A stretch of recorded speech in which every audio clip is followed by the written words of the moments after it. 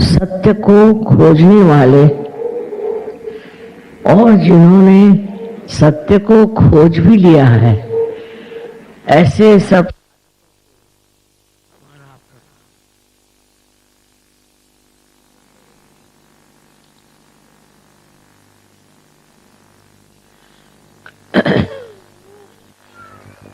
दिल्ली में इतने व्यापक रूप में सहयोग फैला हुआ है कि एक जमाने में तो विश्वास ही नहीं होता था कि दिल्ली में 2-4 भी सहयोगी मिलेंगे। यहाँ का वातावरण ऐसा उस वक्त था कि जब लोग सत्ता के पीछे दौड़ रहे थे और व्यावसायिक लोग पैसे के पीछे दौड़ रहे थे। तो मैं ये सोचती थी कि ये लोग अपने आत्मा की ओर कब मुड़ेंगे। पर देखा गया कि सत्ता के पीछे दौड़ने से वो सारी दौड़ निष्फल हो जाती, थोड़े दिन टिकती है। न जाने कितने लोग सत्ताधारी हुए और कितने उसमें से उतर गए।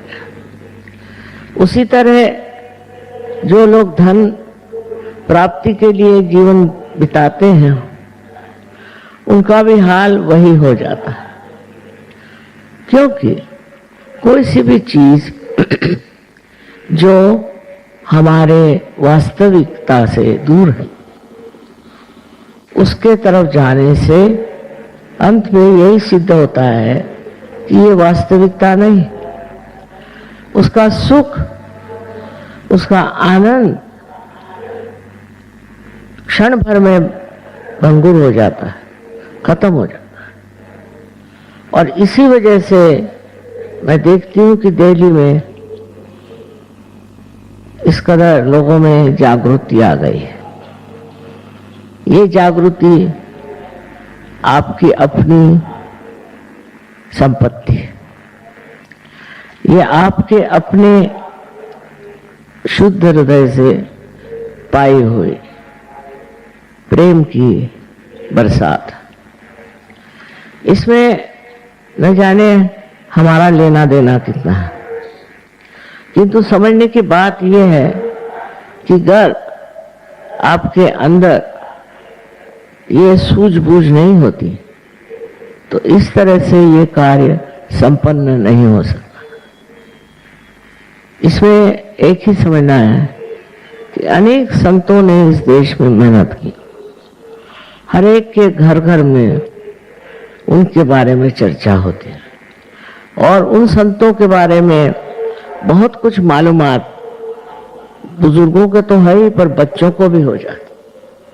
धीरे धीरे ये बात जमती है कि आखिर ये लोग ऐसे कौन थे जिन्होंने इतना परमार्थ साध्य किया। पता नहीं कैसे इतने व्यावसायिक लोग, जिनका सारा ध्यान रात दिन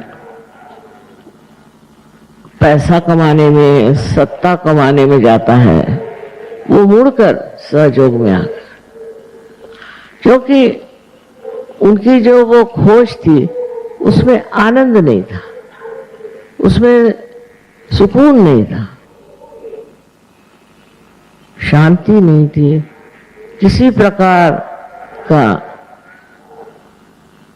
विशेष जीवन नहीं था। जब मनुष्य ये पता लगा लेता है कि उसके अंदर कोई ऐसी वास्तविक आनंद की भावना आई नहीं, न ही उसने कोई उस सुख को पाया जिसके लिए वो संसार में आया है।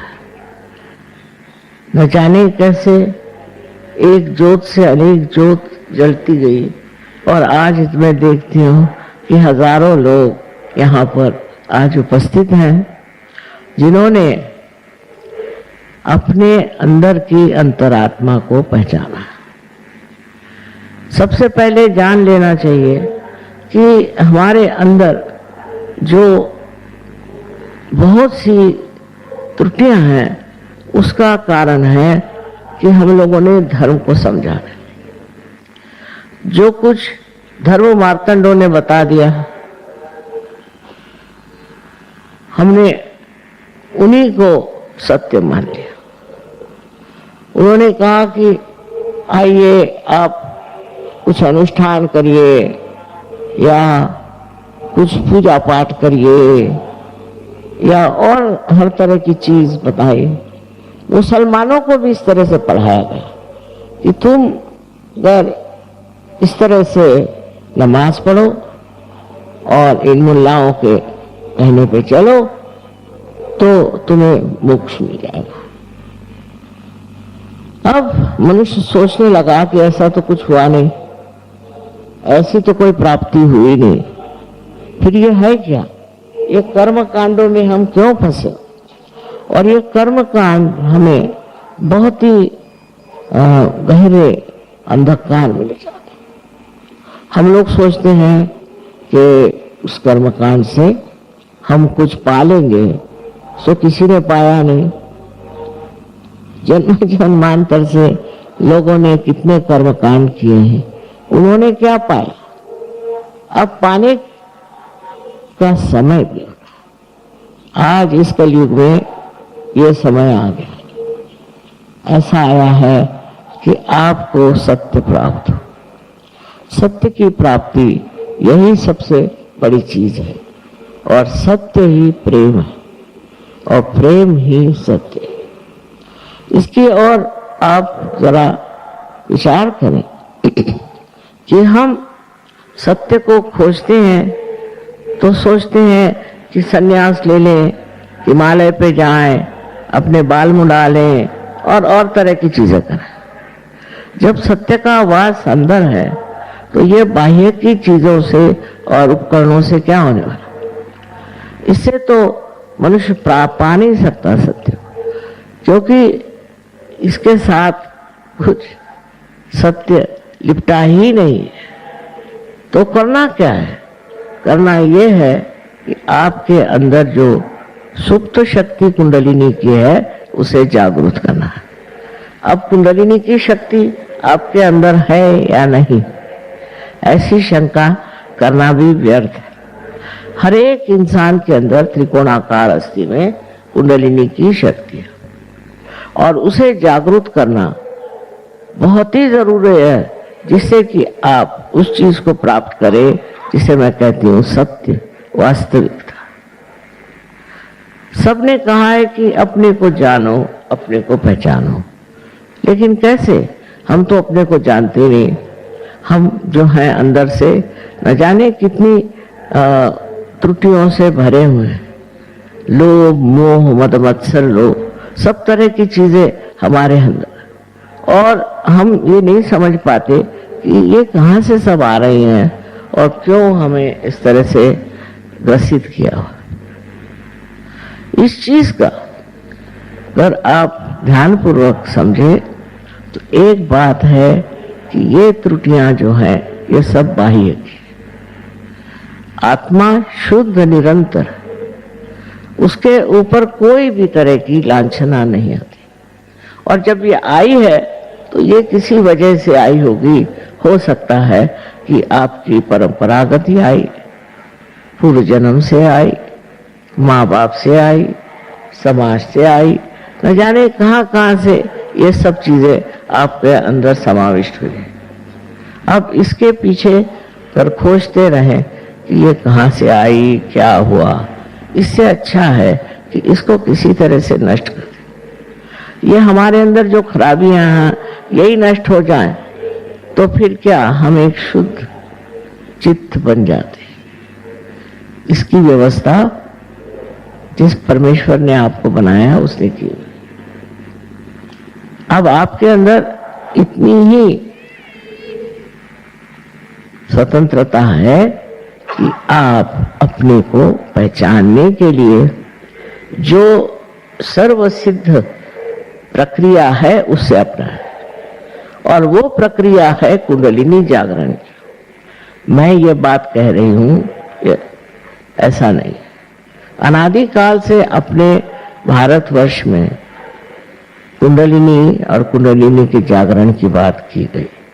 हाँ, हालांकि उस वक्त में कुंडलिनी का जागरण बहुत कम लोगों को प्राप्त होता और बहुत मुश्किलें होती, लेकिन इसका भी समय आ जाता है कि ये सामूहिक हो जाए।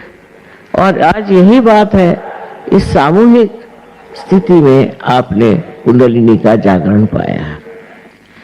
अब इस सामूहिक स्थिति पे आकर के जब आप इस कुंडलिनी के जागरण से प्लावित हुए और जब आपके अंदर एक विशेष रूप का चैतन्य स्वरूप व्यक्तित्व प्रकट हुआ है, उस वक्त आपको ये सोचना चाहिए कि वास्तविक मैं तो ये हूं और आज तक न जाने किस चीज के पीछे मैं भ्रामकता में मैं चल रहा था। ये सब होता गया, आपके अंदर जमता गया, बनता गया, और ये सब आपके सुबुद्धि दुर्बुद्धि और न जाने किस चीज से जुटता गया। सबसे बड़ी बात है कि हमें अपने को अगर पहचानना है तो सर्वप्रथम हमारा संबंध उस चारों तरफ फैली हुई चैतन्य सृष्टि से होना चाहिए। चैतन्य से एकाकारिता प्राप्त होनी चाहिए, और उसके लिए चैतन्य से एकाकारिता के लिए कुंडलिनी ही उसका मार्ग है, और कोई मार्ग नहीं। कोई कुछ भी बताए और कोई मार्ग है नहीं, लेकिन लोग आपको भुलावे में डालते हैं और लोग भटकने लगते हैं। जैसे मैं एक बार एक गुरुजी का प्रवचन सुन रही थी, तो उन्होंने तो शुरू में ही गालियां देनी शुरू कर दी। तो उन्होंने कहा कि आप लोग विकृत हैं, माने गाली हो गई, आप लोग विकृत हैं और आप की जो तरीके हैं उसमें आप भगवान को नहीं खोज रहे, आप प्रवृत्ति मार्गी हैं, आप हर एक चीज तरफ दौड़ते हैं। ये तो बात सही है, आप सब इस तरह से एक तरफ से दूसरी तरफ दौड़ते हैं, और दौड़ करके और आप अपने को खो जाते हैं।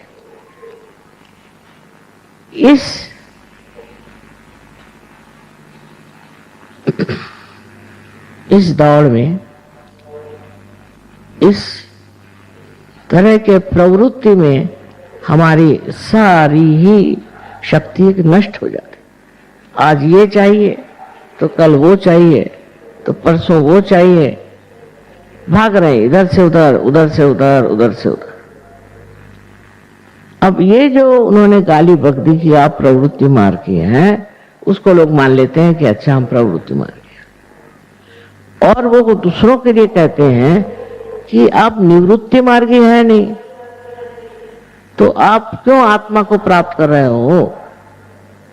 अगर आप निवृत्ति मार्गी हैं, माने आपकी जब वृत्ति इधर उधर नहीं दौड़ती, तो आप आत्मा को प्राप्त कर सकते हैं। अब पहले ही इस तरह की एक कठिन समस्या उपस्थित कर दी कि सर्वसाधारण मनुष्य अपने को सोचेगा कि हाँ भाई मैं तो हूं प्रवृत्ति मार्गी, तो वो कहेंगे कि अच्छा ठीक है, आप गुरुओं की सेवा करो, उनको पैसा दो, ये मेहनत करो, ये कर्मकांड करो, इधर पैसा लगाओ, उधर पैसा लगाओ, और जिस तरह से भी हो सके तुम सब कुछ अपना परमेश्वर को दे दो, उसके बाद संन्यास ले लो। और आपको ये बात समझ में आ जाती है भाई ये आसान चीज है, पर ये अंधों की बात है। अच्छे भले आंख होते हुए अगर कोई कहे कि तुम अंधे हो, तो क्या इसे मान लेना चाहिए? कोई कहे आप प्रवृत्ति मार्गी हैं, तो क्या इसे मान लेना चाहिए?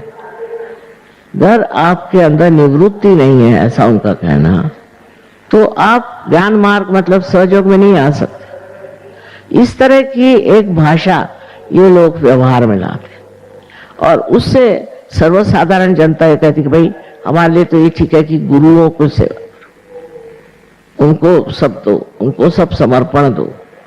इस तरह की जो हमारे अंदर एक गलत धारणाएं बैठ जाती है और हम उसे मान भी लेते हैं, क्योंकि हमारे अंदर विश्वास ही नहीं है कि हम कभी अपने आत्मा को पा सकते हैं और जिससे हम अपने को जान सकते हैं। लेकिन विश्वास, यहाँ आज बहुत से लोग ऐसे बैठे हैं कि जिन्होंने कुंडलिनी का जागरण और उसकी विशेषताओं से पूर्णतः अपने जीवन को प्रफुल्लित किया हुआ, और आप लोग सभी इस प्रकार इस चीज को पा सकते। आप में कोई कमी नहीं, कोई कमी नहीं, ये शक्ति आप सबके अंदर है। आपने कुछ भी किया हो, आपने कोई भी गलत काम किया हो, आप परमात्मा के विरोध में भी खड़े हो, चाहे जो भी किया हो, ये कुंडलिनी तो अपनी जगह बैठी हुई है, और जब कोई उसको जगाने वाला आएगा तो वो जग जाएगी। और ये जो बाह्य की चीजें हैं, इसको प्रवृत्ति कहते हैं, ये जो आपके अंदर षड रिपु हैं, ये एकदम झड़ जाएंगे। जब आप देखते हैं कोई बीज आप मां के उदर में डालते हैं तो अपने आप प्रस्फुटित होता है।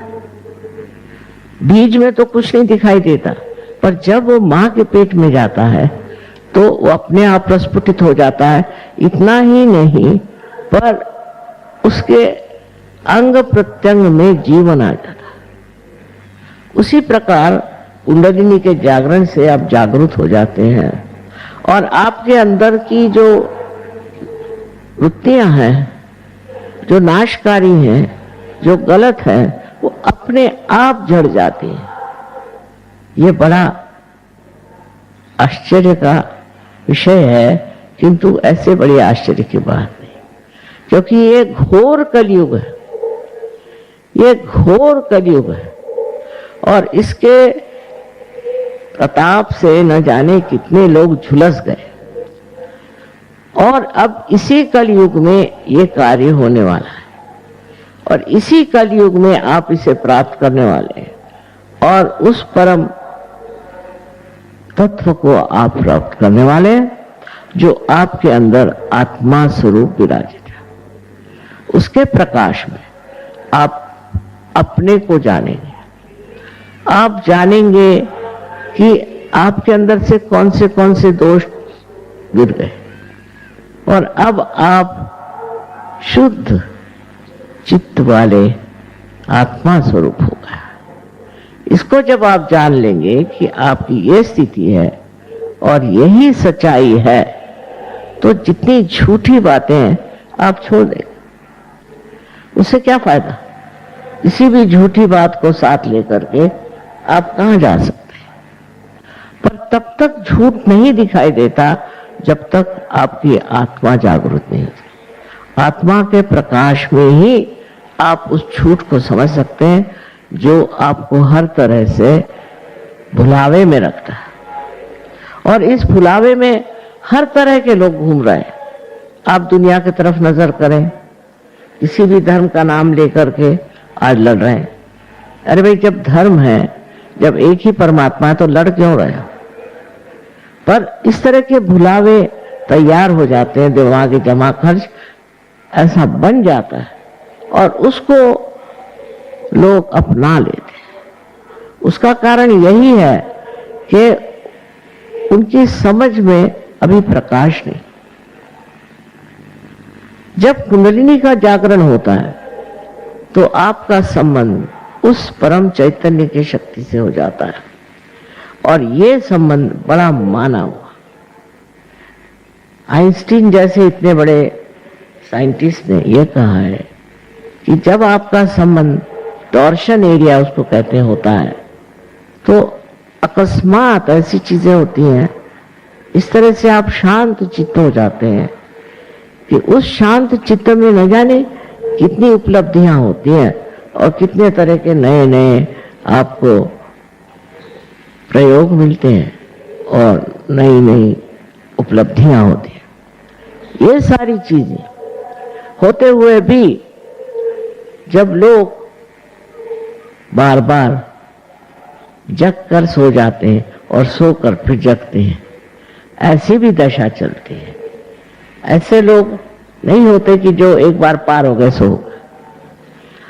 उसके बाद उनकी गहनता कितनी है इस पर निर्भर है। अगर आप गहन हैं तो ये चीज आपके अंदर जब जागृत होती है तो उसका बड़ा गहन अनुभव होता है, आप एकदम निर्विचारिता में चले जाते हैं। आज ही मैं बता रही थी कि मनुष्य विचार क्यों करता है, हर समय हर एक चीज पे देखना और उस पे विचार करना। कोई चीज है, जैसे ये अब कारपेट है, ये कहाँ से आई होगी, कितने की होगी, क्या होगा, दुनिया भर की झंझटें इसके लिए होगी। बजाय इसके को इतना सुंदर है, इसका सौंदर्य, उसका आनंद ले, मनुष्य सोचते ही रहता है। और इस तरह के सोच विचार से मनुष्य कभी कभी पगला भी जाता। तो किसी भी चीज की ओर देखकर उस पर प्रक्रिया करना, रिएक्ट करना, इससे बढ़ के और कोई गलती नहीं है। क्योंकि जो आप प्रक्रिया कर रहे हैं या रिएक्ट कर रहे हैं किसी चीज पर, तो वो आप अपने अहंकार के कारण या आपके अंदर जो सुप्त चेतन है, जिसे कि कंडीशनिंग कहते हैं, उसके कारण कर रहे हैं। आप इसलिए नहीं कर रहे हैं कि आप उसे पूरी तरह से देख रहे हैं। वो साक्षी स्वरूपत्व आपने, उस चीज को आप पूरी तरह से देखें। अगर आप पूरी तरह से उसे देख सकते हैं तो उस चीज का आनंद आपके अंदर पूरी तरह से समा जाए। सबसे तो बड़ी बात यह है कि इस दशा में आने की बात बहुतों ने कही, मैं कह रही हूं ऐसी बात नहीं, पर वो बहुत से लोग समझ नहीं पाए होंगे या उस वक्त ये भी सोचा होगा कि ये कैसे हो सकता, हम तो एक मानव हैं, ये कैसे हो सकता। कुंडलिनी के जागरण से सब हो सकता है। और जब कुंडलिनी आप सबके अंदर वास्तव किए हुए हैं, जब वो स्थित है वहां, तो सिर्फ उसके जागरण की बात है। ये आपका धरोहर, ये आपकी अपनी चीज है जिसे आपने खरीदी नहीं, उसके लिए कोई पैसा नहीं दिया, उसके लिए किसी भी तरह की याचना नहीं की, वो अंदर है, वो स्थित है। सिर्फ उसकी जागृति होने का विचार होना चाहिए। अब ये कुंडलिनी शक्ति जो है, ये आपकी बड़ी शुद्ध इच्छा है। शुद्ध इच्छा हमारे यहाँ कोई है नहीं। जैसे कोई साहब वो कहेंगे, साहब मैं चाहता हूं कि मेरे पास एक मोटर आ जाए। अच्छा भाई, आ गई मोटर, तो उसका आनंद ही नहीं उठाया, फिर लगे दूसरा कोई ढूंढने, फिर वो चीज हो गई तो फिर लगी तीसरी चीज। तो इसका मतलब आपकी जो इच्छाएं शुद्ध नहीं थी। अगर वो शुद्ध इच्छा होती तो आप तृप्त हो जाते। ये कुंडलिनी शक्ति आपकी शुद्ध इच्छा है और ये परमेश्वरी इच्छा है। ये जब आपके अंदर जागृत हो जाती है तो आप तृप्त हो जाते हैं। तृप्त हो जाते माने आप सोचते हैं कि ये जो मेरा मन ये चाहिए वो चाहिए वो चाहिए करता था, उसके जगह अब मैं ऐसे सुंदर बाग में आ गया हूं जहां सुगंध ही सुगंध, आनंद ही आनंद, शांति ही शांति और प्रेम ही प्रेम बसा।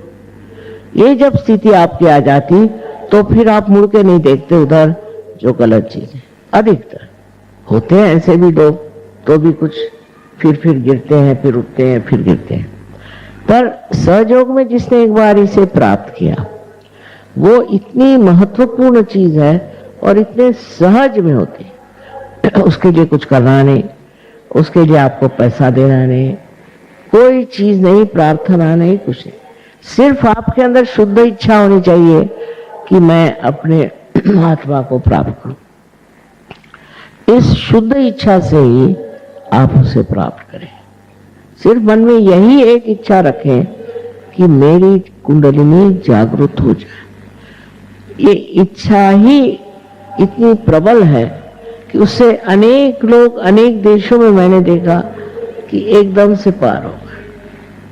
जैसे एक देश है बेनिन, वहां पर पहले वो मुसलमान लोग थे और वो फ्रेंच लोगों से इतने घबरा गए थे कि उन्होंने मुसलमान धर्म ले लिया।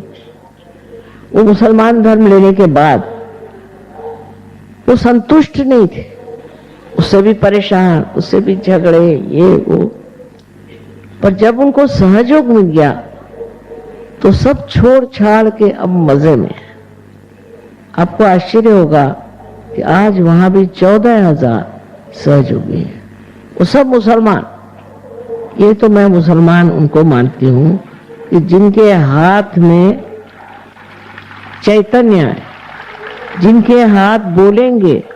आज क़यामत का जमाना है, अगर आपके हाथ बोल सकते हैं तभी आप मुसलमान हैं, नहीं तो है नहीं। मुसलमान का मतलब है समर्पण, और जब तक आपके हाथ नहीं बोलते आप क्या समर्पण करें।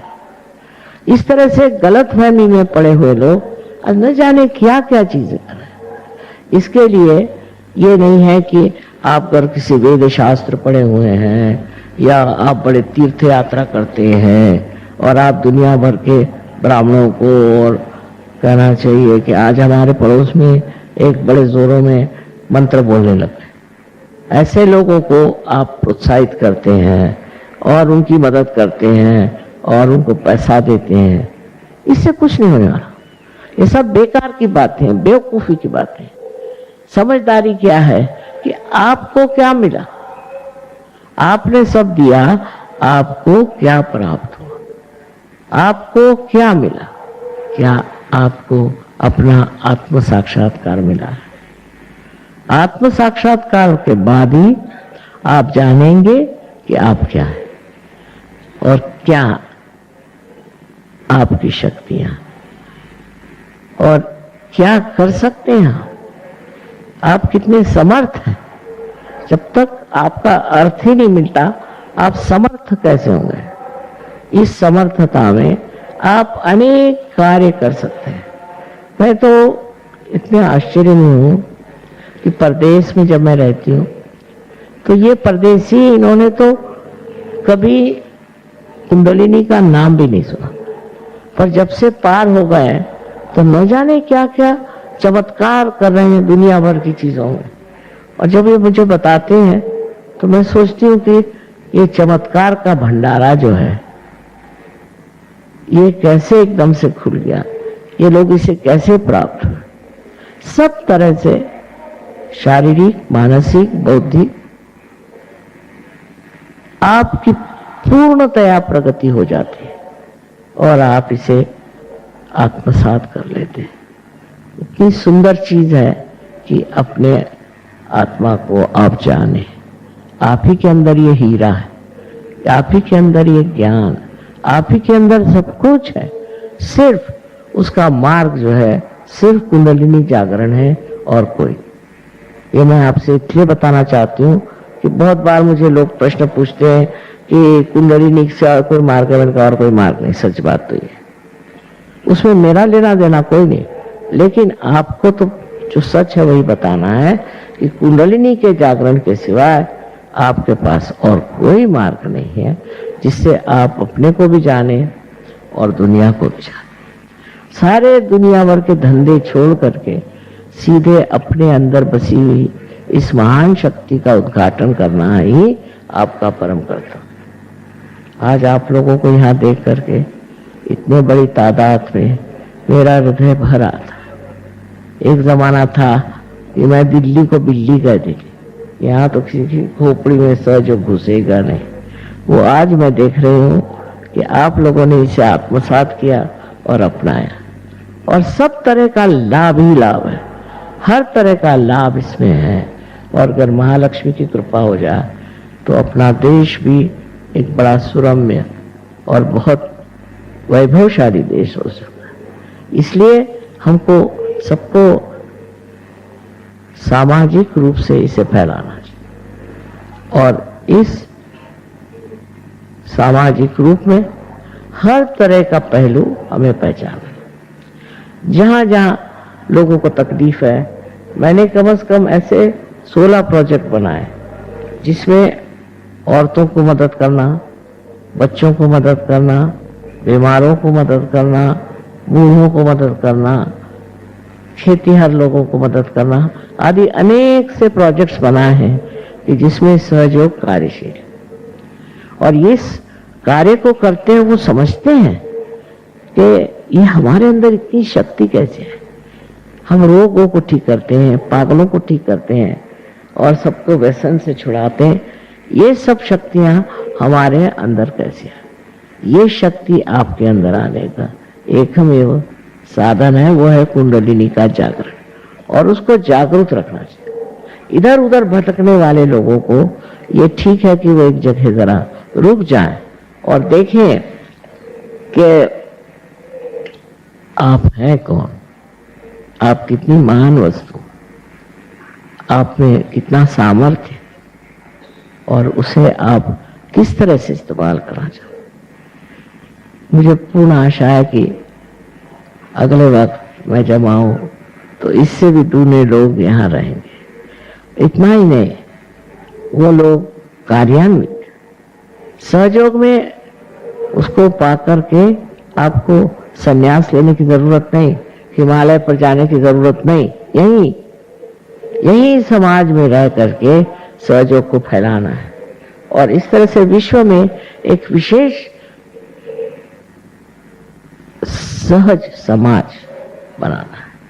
और इस सहज समाज में वही करना चाहिए कि जो सारे संसार का उद्धार कर सकता है और जितनी इसकी त्रुटियां हैं उनको बिल्कुल पूरी तरह से नष्ट कर सकता है। ये कार्य आप लोग सब कर सकते हैं और इसलिए मैं आपसे बार बार यही कहूंगी कि अपनी जागृति करते रहें, मनन करें, मनन से जागृति बनी रहेगी और जो दोष हैं वो धीरे धीरे बिल्कुल निकल जाएंगे। इससे आप एक सुंदर स्वरूप, बहुत ही बढ़िया एक व्यक्ति हो जाएंगे। ऐसे अगर व्यक्ति समाज में हो जाए तो ये दुनिया भर की जो आफतें मची हुई हैं, दुनिया में मारा मारी और किस तरह के घोर अत्याचार हो रहे हैं, ये सब रुक जाए, क्योंकि आप एक सुंदर मानव प्रकृति बन जाएंगे और ये सब चीजों से आप दूर रह करके भी इन पर अपना प्रकाश डाल सकते हैं और सब ठीक कर सकते हैं। आज के इस वातावरण में मनुष्य घबरा जा सकता है कि हो क्या रहा है, ये कैसे हो रहा है। इन सब का एक ये सोचना चाहिए कि एक दिन आता है कि सब चीज सामने आकर खड़ी हो जाती और इतने दिन से चलने वाली ये चीज आज एकदम से उद्घटित हो जाए। इसका कारण क्या कि सब लोगों ने अभी तक आत्मा को वरण नहीं। अगर आत्मा को आप अपना लें तो इस तरह की न गलतियां होंगी न ऐसी चीज आगे चले। तो अब ऐसी रुकावट आ गई है कि इंसान हठात खड़ा हो गया और सोचता है ये है क्या, ये है यही कि आप भटक गए और कुछ लोग तो खाई में गिर गए भटक कर। यही चीजें हैं, इसको समझने की कोशिश करनी चाहिए। इतने सालों से अपने देश में जो महापाप चल रहा था वो आज उद्भव हुआ, सामने आके खड़ा हो गया, छोटे से प्रमाण हो गया। इससे जागरूक होने की जरूरत है कि कहीं हम भी इस भटकावे में तो चल नहीं रहे, हम भी इस तरह लुढ़क तो नहीं रहे कि जहां हमें नहीं जाना चाहिए। आपको आश्चर्य होगा कि आजकल हिंदुस्तान में तो मैं देखती हूँ हर एक को ये बीमारी हो गई। जो देखो वही पैसा बनाता, जो देखो वही चाहता है कि किस तरह से नोच खसोट ले। अच्छा, परदेश में नहीं, परदेश में ऐसा नहीं। यानी मुझे खुद हमेशा घबराहट लग रही रहती है कि लोग मेरे पास इसीलिए आ रहे हैं कि किस तरह से उससे पैसा निकाले। अब ये पैसा मेरा जो है ये समाज कार्य के लिए, इसलिए नहीं कि कोई चोर उचक्के आए और मुझे लूट ले, पर वो कोशिश करते हैं। इसी प्रकार एक तरह की अपने यहाँ एक भावना आ गई कि जैसा भी हो पैसा बना लो, पर ये लक्ष्मी नहीं है, ये अलक्ष्मी है। क्योंकि आप तक जब लक्ष्मी आएगी तो बहुत चंचल है और वो ऐसे रास्ते पे ले जाएगी कि आपके अंदर अलक्ष्मी आ जाए और उस अलक्ष्मी में आपको समझ में आया क्या करना। इसलिए किसी भी चीज की ज्यादती करने से पहले ये सोच लेना चाहिए कि हम कहाँ जा रहे हैं, कहाँ अग्रसर हो रहे हैं, कौन से जंजाल में फंस रहे हैं। तो इस तरह की जो भावनाएं हमें है कि पैसे के मामले में हमें बहुत सतर्क रहना चाहिए और दूसरे का कैसा पैसा निकाल सकते वो करना चाहिए, ये चलने वाला नहीं। पैसा आप क्या उठा के अपने साथ ले जाएंगे? ये सारा कुकर्म है, ये आप ही के खोपड़ी पे बैठेगा, क्योंकि मानती हूं मैं ये घोर कलयुग है। और इसी के साथ एक और चल रहा है, उसको मैं कृत युग कहती हूं। जब ये परम चैतन्य कार्यान्वित है और ये परम चैतन्य वो कार्य कर रहा है जिससे बार बार ऐसे लोगों को ठोकरे लगेंगी और वो समझ जाएंगे कि ये हम बहुत ही सामाजिक हित के विरोध में। अगर आपको लोगों का हित पाना है तो आपके अंदर शक्ति है, उसे आप जागरूक करें और उनका हित सोचें। किंतु हित के मामले में भी स्वार्थ नहीं होना चाहिए।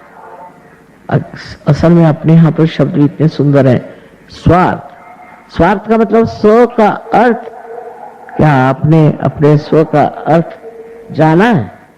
स्व का अर्थ जान लेना ही स्वार्थ है और बाकी सब बेकार। अगर ये चीज हम लोग समझ लें कि हमने अपने स्व का अर्थ नहीं जाना, तो हम उधर ही अग्रसर होंगे, वही हम कार्य करेंगे जिसे स्व के अर्थ जानने की व्यवस्था हो। इसलिए आजकल की जो कुछ भी कश्मकश चली हुई है, झगड़ेबाजी चली है, इसकी परंपरा बहुत पुरानी अपने देश में स्थित हो गई। पता नहीं कैसे। पहले जब अंग्रेज आए तो वो भी यही धंधे करते थे। उन्होंने हमारे यहाँ से कोहिनूर का हीरा ले गए। उनको जब तक आप कुछ प्रेजेंट नहीं दो तो वो खुश नहीं होते, पर वो थोड़े प्रमाण में था, अब तो बहुत ही बड़े प्रमाण में हर एक चीज चल पड़ी। तब से शुरू हुआ, बढ़ते बढ़ते हमारे राजकारणी लोगों ने शुरू किया और आगे बढ़ गया।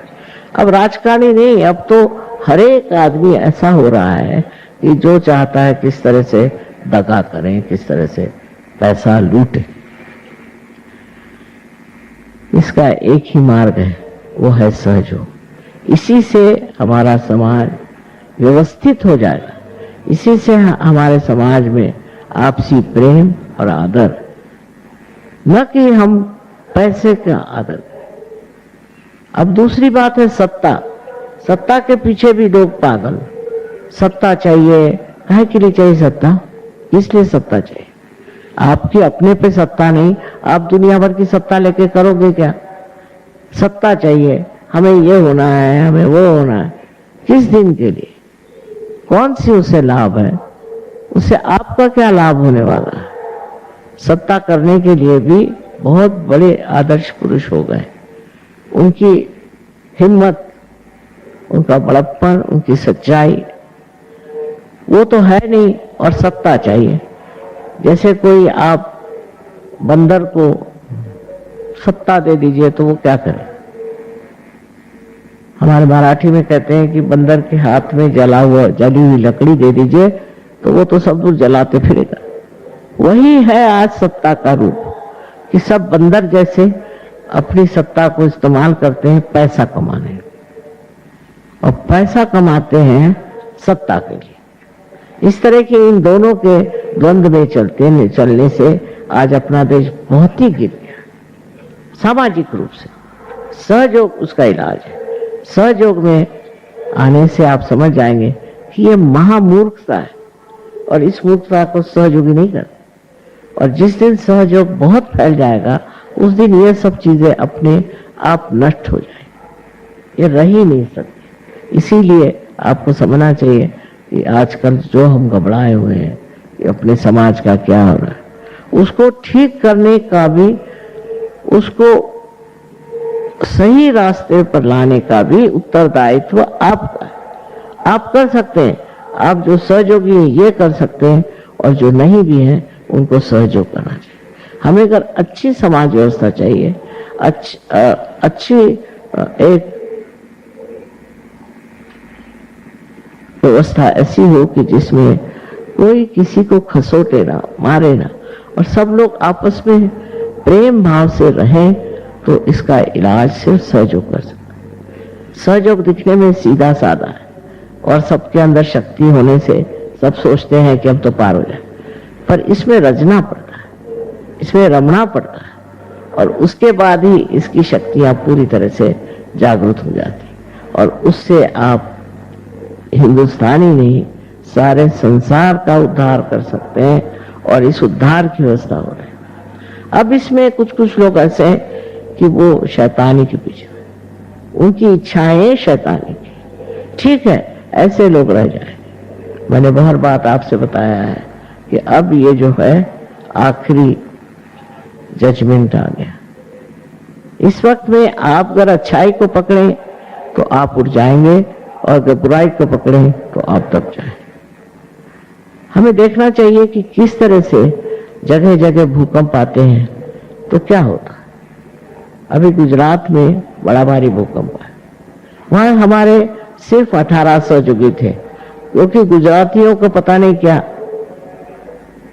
सहयोग से खास मतलब नहीं होता। सिर्फ 18 सहयोगी वहां, सब के सब बच गए और उनके घर पूरे जैसे कि थे वैसे।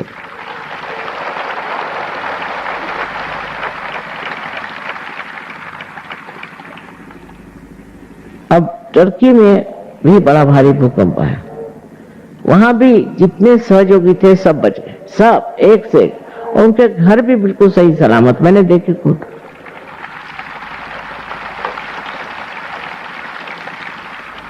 क्योंकि आप परमात्मा के साम्राज्य में आ गए तो आपका संरक्षण है, आपको कोई मार नहीं सकता,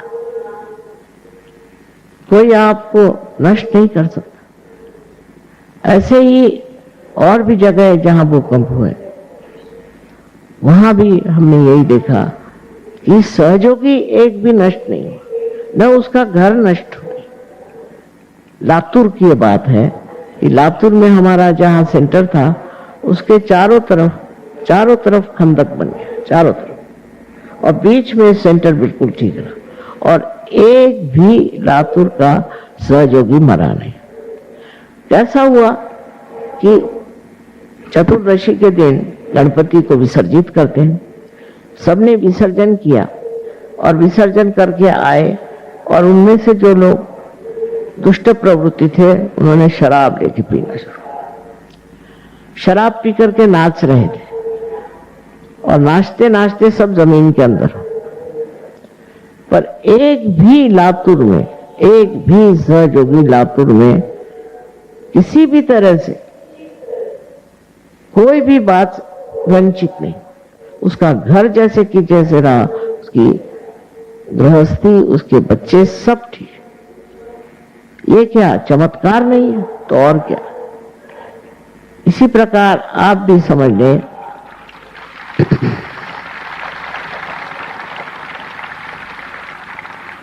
कि परमात्मा का जो संरक्षण है वो आपके ऊपर होगा, क्योंकि आप उसके साम्राज्य में गए। इन सारे साम्राज्यों से बाहर इतने ऊंचे आप चले गए कि आपको अब किसी भी चीज का भय नहीं, कोई भी चीज आपको नष्ट नहीं कर सकती।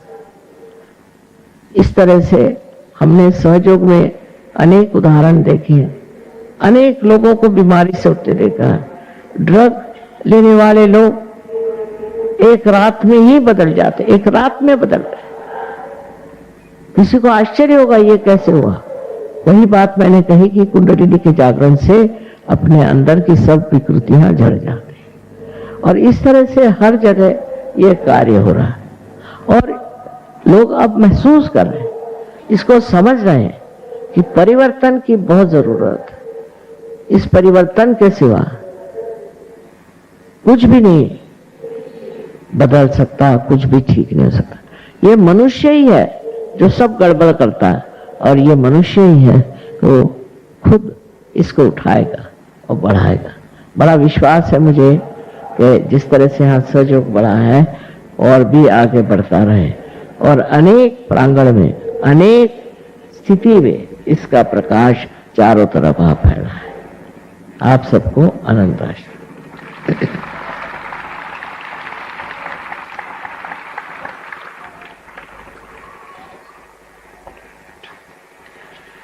I'm sorry I have to speak in Hindi language because most of the people are here Hindi.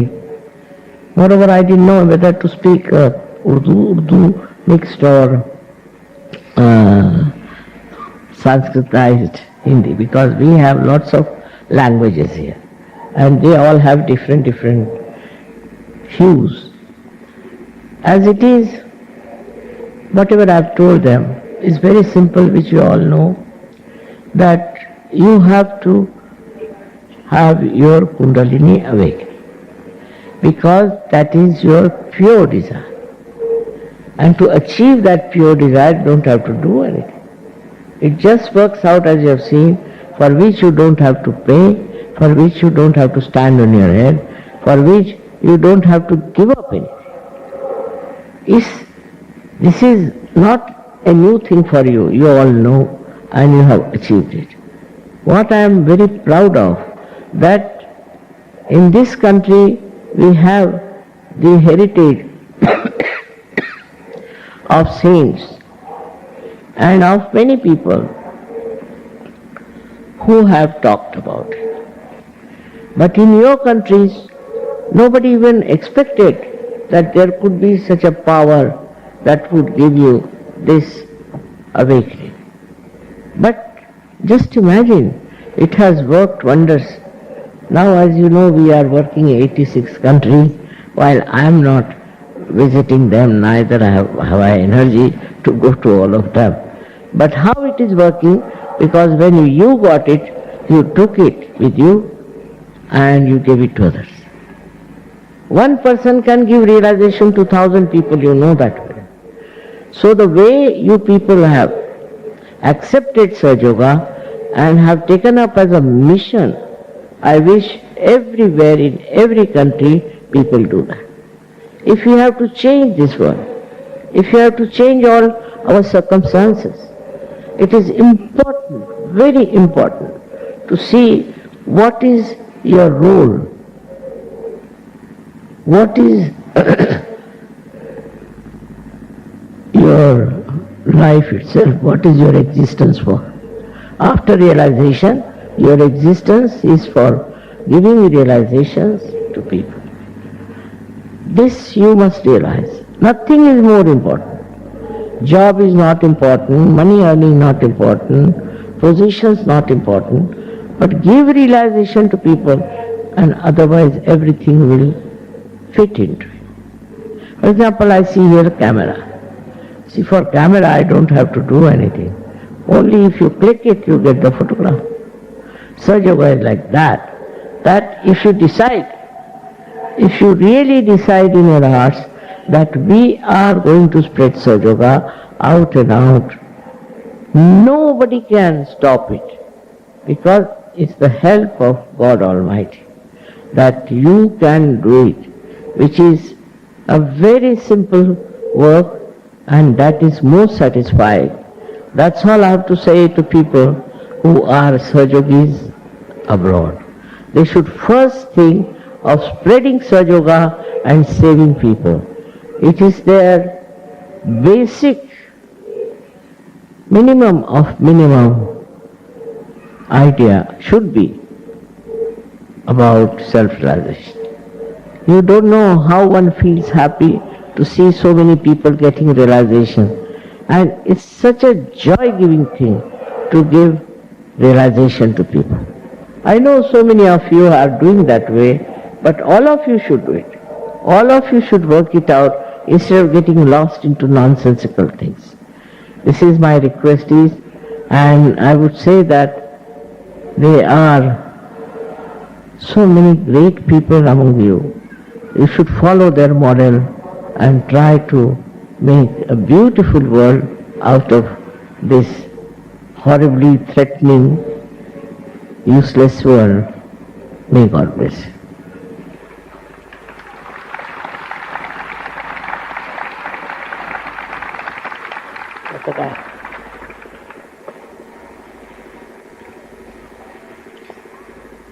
आता काय रिअलायझेशन द्यायचं, सगळ्यांना रिअलायझेशन द्यायचं. बर.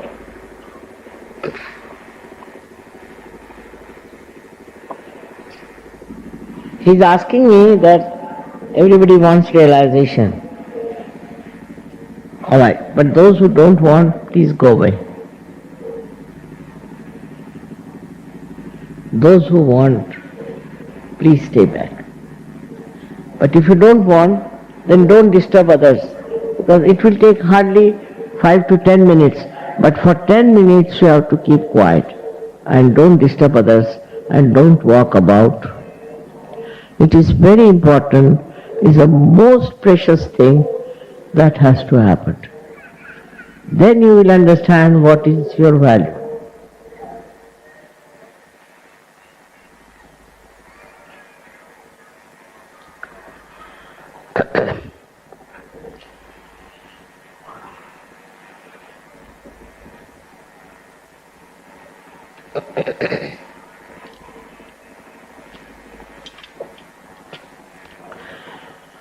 I don't know how many don't have realization as yet. Can you raise your hands who haven't got realization so far?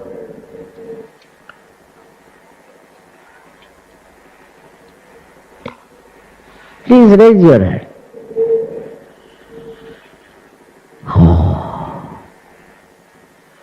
जिन्हें अभी तक आत्म साक्षात्कार नहीं हुआ वो हाथ ऊपर करें।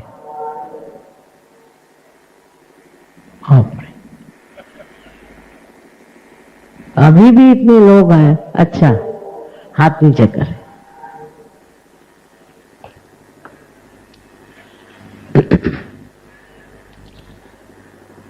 अब आप सब अपने दोनों हाथ मेरे और ऐसे सहज, कुछ प्रेशर से नहीं, ऐसे सीधे, और अपने प्रति श्रद्धा रखें। सब लोग इस तरह से श्रद्धा पूर्वक दोनों हाथ रखें।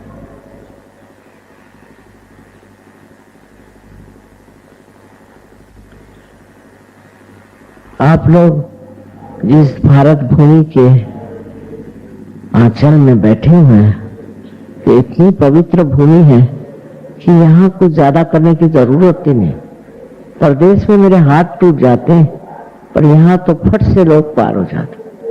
ये बड़ी भारी चीज है, बड़े भाग्यवान ही इस देश में पैदा होते हैं। तो कृपया सब लोग हाथ इस तरह से करें और अब आंख बंद कर लें एक क्षण भर।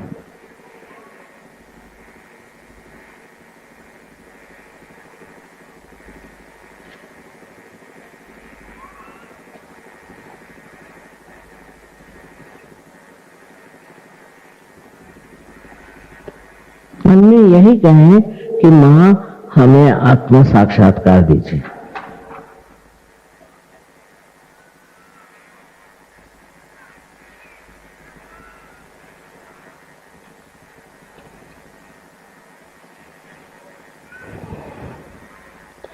अब ये अपना राइट हैंड जो है इसको अपने तालू के ऊपर रखें, ऊपर अधांतरी रखें। पैर सीधे रखें, सब जमीन पर जो बैठे हैं वो तो ठीक ही है, और बाकी लोग सीधे पैर करके बैठे। अब थोड़े ऊपर उठा के देखिए कि अपने सर में, जिसे हम तालू भाग कहते हैं, वहां से कुछ ठंडी ठंडी या गर्म भी हवा आ सकती है। गर्म हवा आ सकती है। अगर आपने माफ नहीं किया है तो गर्म हवा आएगी, इसलिए माफ कर दीजिए सबको। अब देखिए, सर झुका के देखिए कि आपके अंदर से ठंडी ठंडी हवा आ रही है क्या, आपके अपने अंदर से। अब दूसरा हाथ मेरे और करें और लेफ्ट हैंड सर पे रख के, और कृपया जरा ऊपर उठा के देखिए, थोड़ा घुमा कर रखते हुए, कि आपके सर में से कोई ठंडी ठंडी हवा आ रही है। यही कुंडलिनी है, यही अपना रास्ता तय करके और इस सातवें चक्र को भेद करके और चारों तरफ फैली हुई इस परम चैतन्य शक्ति से एकाकारिता प्राप्त करती। गर्दन नीचे करके थे।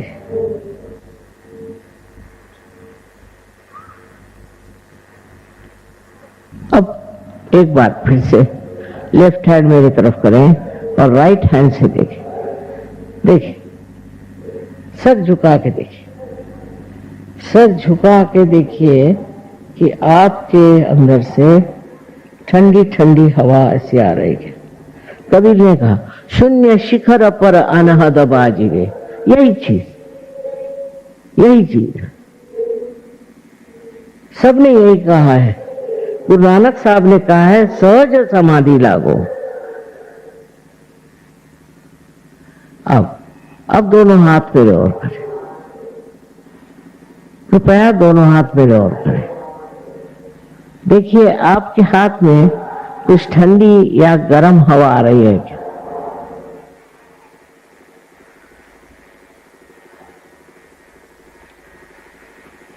किसी को नीचे से भी आ रही होगी तो वो ऐसे करके ऊपर उठा ले, किसी को इस हाथ में आ रही होगी ऐसे उठा ले।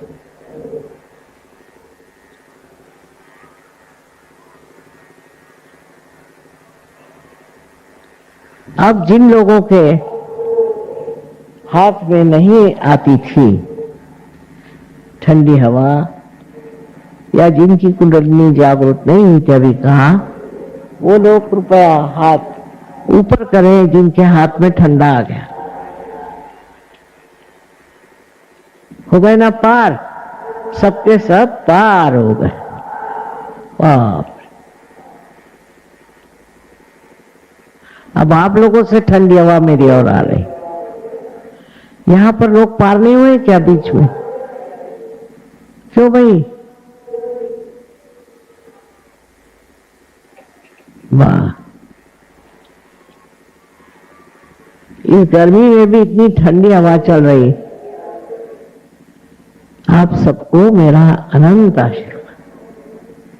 अब अपने अपने दायरे में देख लीजिए कि कहाँ आपके सेंटर्स हैं, वहां आप जाइए और गहन उतरिए। एकदम से पार होने से सब कुछ नहीं होगा, गहनता आनी चाहिए और उसमें सब कुछ सहयोग के बारे में जान लीजिए। बारीक से बारीक बात भी वहां आप समझ सकते हैं। कोई शास्त्र पढ़ने से मालूम नहीं होगा, कुछ भी कुरान पढ़ने से मालूम नहीं होगा, बाइबल पढ़ने से मालूम नहीं होगा, क्योंकि उस वक्त कुंडली का जागरण हुआ नहीं था और वो इन लोगों के था कि जो लोग अभी पार नहीं हुए, उनके लिए था कि वो किस तरह से इस दशा को प्राप्त करें, क्यों करें, ये था। पर अब आप तो प्राप्त कर चुके। अब इससे आगे का जो कुछ भी कार्य है वो कैसे करना चाहिए, इसके लिए आप कृपया अपने घर के नजदीक या थोड़े दूर पर भी हो, जहां भी आपका वास्तु है उससे पास में या दूर आपको अगर कोई वहां सेंटर मालूम हो तो वहां जिस दिन सेंटर चलता उस दिन जरूर जाइए। मुझे आशा है कि आप लोग इसको शिरोधार्य समझें, इसका मान रखें। जो मिला है वो अनंत अनंत वर्षों से किसी को नहीं मिला था, वो आपने प्राप्त किया। उसका आप गौरव जानेंगे जब आप उसकी शक्ति को आजमाएंगे। तो इसको प्राप्त करें और अपना सम्मान रखें, अपनी इज्जत रखें। आप इसमें उतरते जाइए गहरे, और मेरा पूर्ण आशीर्वाद है कि आप लोग पूर्णतया सुखी हो जाएं, पूर्णतया आनंदित हो जाएं और पूर्णतया शांति में हो जाएं। इसके अलावा आप स्वयं शक्तिशाली हो जाएं।